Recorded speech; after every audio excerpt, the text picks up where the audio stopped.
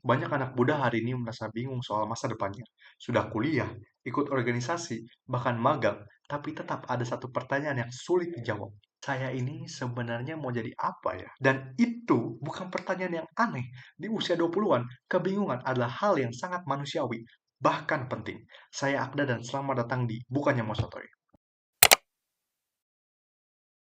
Kita hidup di era dengan peluang yang luas sekali. Siapapun bisa jadi content creator, data analis, UI UX designer, freelancer, founder, researcher, atau gabungan semuanya. Tapi justru karena terlalu banyak opsi, banyak dari kita malah kehilangan arah. Ingin kerja cepat tapi bingung bidangnya, ingin lanjut kuliah tapi takut salah ambil jalur, ingin bangun usaha tapi belum percaya diri, dan lain sebagainya. Kita tahu harus maju, tapi tidak tahu harus kemana. Dan itu bukan karena kita malas, tapi karena kita sadar bahwa arah yang salah bisa memakan waktu bertahun-tahun. Bingung bukan berarti gagal, justru itu tanda bahwa kita sedang tumbuh dan mempertanyakan hal yang selama ini kita jalani otomatis.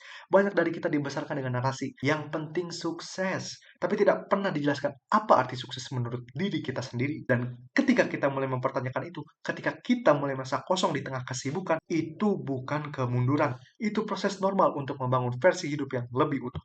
Kita tidak kehilangan arah, kita sedang berhenti sejenak untuk menyusun ulang peta. Tidak semua orang harus tahu mau jadi apa di usia 20, tapi setiap orang perlu belajar mendengarkan dirinya sendiri.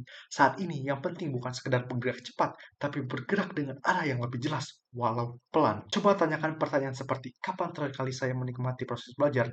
Lalu apa nilai yang ingin saya bawa dalam pekerjaan saya nanti? Serta apa yang ingin saya sumbangkan?